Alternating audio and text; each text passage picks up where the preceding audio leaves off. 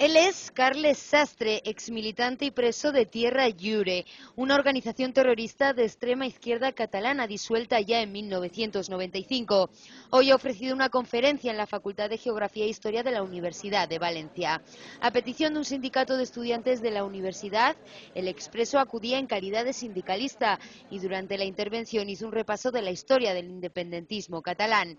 Los propios estudiantes convocantes defendían así su colaboración. Es pot ser el mateix que passa al reste de l'estat espanyol en la memòria històrica, és a dir, això és memòria històrica. Això és memòria històrica també. És memòria històrica dels països catalans. Què passa, que n'hi ha gent que no li agrada? Doncs mira, democràcia. Si voleu democràcia, juguem tots a la democràcia.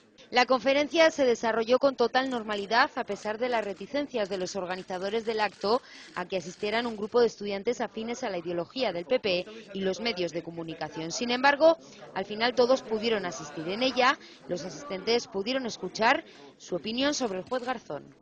Se l'acusa, per dir-ho així, d'intentar destapar la caixa d'estors del franquisme, però al mateix temps, doncs, tots recordem, per exemple, que és el jutge que no investiga las denuncias por torturas de los presos del año 92. Desde la universidad quieren dejar claro que la facultad no comparte la ideología del invitado y que sobre todo ha acudido en calidad de representante sindical.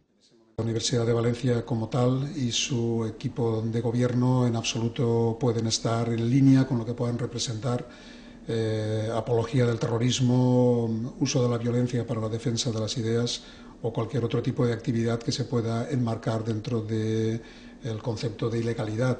Pero los estudiantes se manifiestan indignados ante la posibilidad de dar cobertura a un exmilitante y preso de Terra Lliure.